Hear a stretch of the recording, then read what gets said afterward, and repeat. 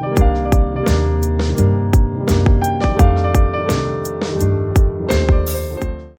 there, welcome back to my channel. I'm Karis Simone, and today I'm going to be attempting the 3-color challenge. If you aren't familiar with the 3-color challenge, it's basically how it sounds. You take 3 colors, you generate them randomly, whether that's sifting through your paints or going on the internet like I did, and then you create art using them. So, as you can see, I picked some pretty interesting colors. This was the sketch that I'd done prior to generating the colors, because I wanted to challenge myself by using whatever colors were generated in order to fill in the same exact portrait. And then I picked out 3 gouaches that most closely matched those colors, as well as black and white acrylic paint, simply because I cannot do the truest 3 colors. It has to have some black and white in there. And then I got my yellow acrylic paint because my yellow gouache was a little low. So setting those aside, I got right into erasing a lot of the charcoal that I had down, because I did want a little bit lighter of a sketch to work on top of for the paint, and if I just went right on top of that charcoal, it would have made it so muddy. So I got the most saturated parts of the charcoal off of the painting. Then I went right in with my palette and tried to see what I could do as far as mixing some skin tones. As you know, or as you could probably guess, purple, green, and yellow are some pretty clashing colors, so mixing a skin tone out of them was a lot more work than I originally anticipated. I usually start all of my artworks with a darkest line in the eyes, the nostrils, the corners of the mouth, areas where you're going to see those shadows the strongest, and even within the finished product. So I went in with my black and my purple, got down all of those colors just so I could start to see what exactly I was going to be working with here.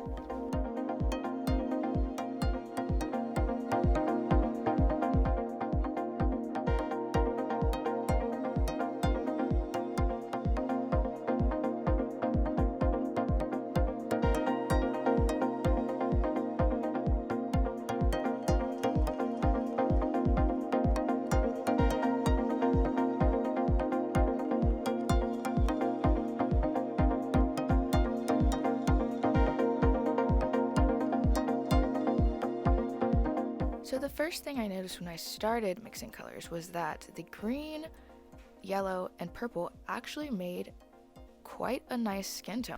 As long as I kept my ratios all right, it seems like I would be able to get something that looked, pretty human, which was more than I was expecting going in with these colors.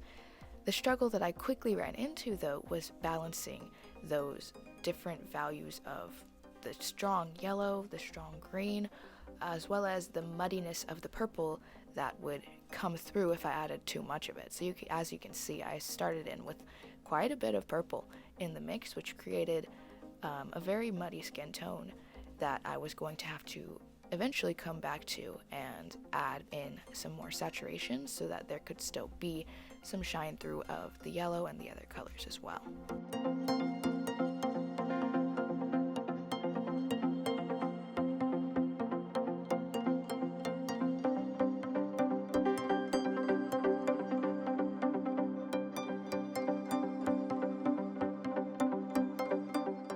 The thing that I loved most about working with this purple color, despite how challenging it was that it was very nice for any shadows that I was building. Naturally, when you see shadows on skin, sometimes you can kind of tell there's a little bit of a color in there. I typically use blue in my digital artworks to build shadow. But for the purpose of this painting and for the colors that I was allotted, the purple served its purpose and actually worked really well to give some depth to the skin tone that I was creating in this portrait.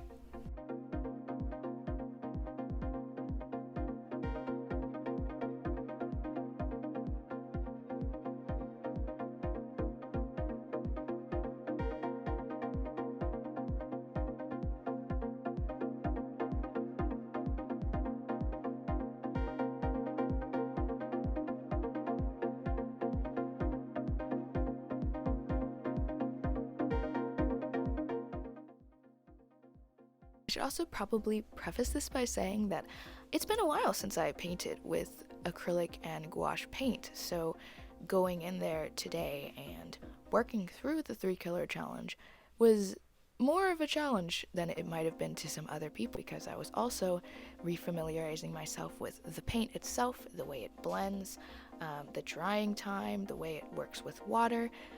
As you can see right there, I put a little bit too much water, and so in the process of going through and building layers upon layers upon layers of gouache and acrylic paint and not really allowing much time to dry, I did run into a few areas where the paint lifted or became a little splotchy, and then I had to go over it again or remix the color, and it wasn't quite the same, which actually ended up creating a little bit of a cool effect on her skin, because there's a lot of different textures and values going on in that whole final piece.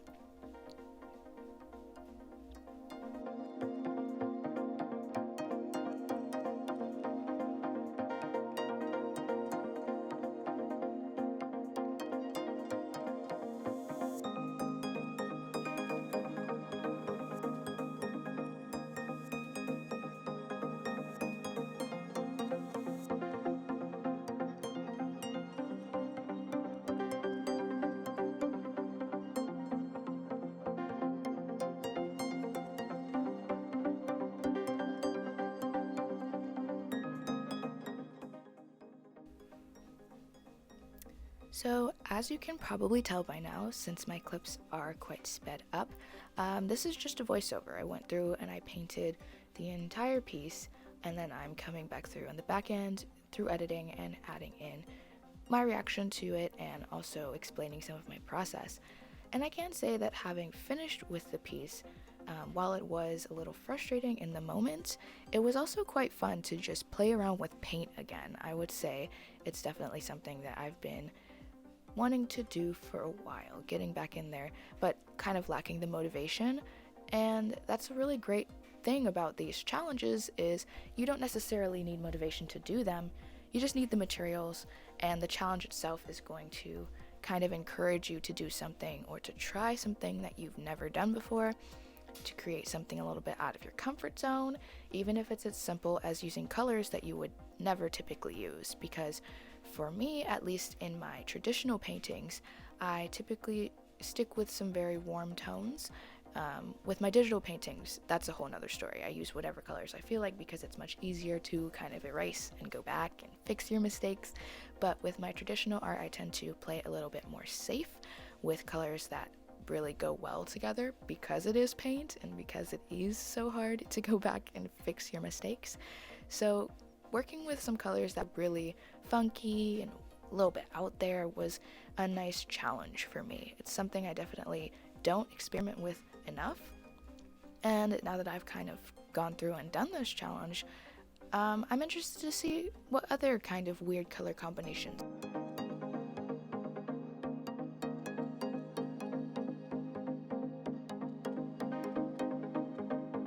By this point, I'm sure you could tell I was very much worn out from the process of painting the skin and mixing those, because even though it's sped up, I would say this piece in total took me about 2.5 hours. So I really was spending a lot of time on that skin.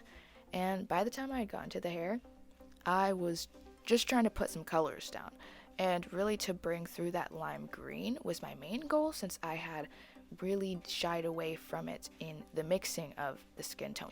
So I worked with the lime green, laid down a little bit more of the yellow as well to bring out some of the yellow in the skin tone, building up a little of the yellow in the skin tone so that you can actually see the contrast and the purples in the skin as well. And then by that point, I decided to kind of go in with a block of purple, similar to the same reason I made the hair green. This was to bring out the purple in the skin tone itself, because that was one downside of mixing the colors that I had gotten to create the skin tone, is they all kind of got a little bit lost in the color itself. They got lost in the neutralness of the skin tone. So by putting purples again, putting in that green and those yellows, it really brought out the colors that are in the skin tone.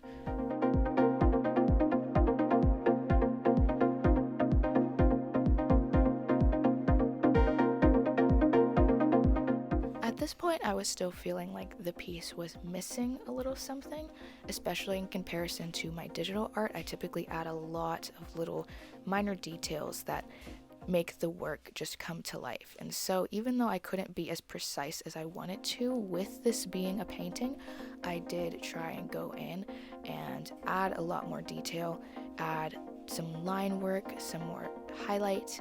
I went in and added this yellow line that kind of separates the shadow and the rest of the face, and that kind of primarily was to blend away my weird kind of lack of blending. Some of the paint in the shadow areas dried before I had the chance to go over and blend it more. So with this line in there, it looks a little bit more purposeful, gives a little bit of a graphic element to the character that wasn't there before. I also went in and retouched up the highlights so that they really pop out from the colors of the painting itself.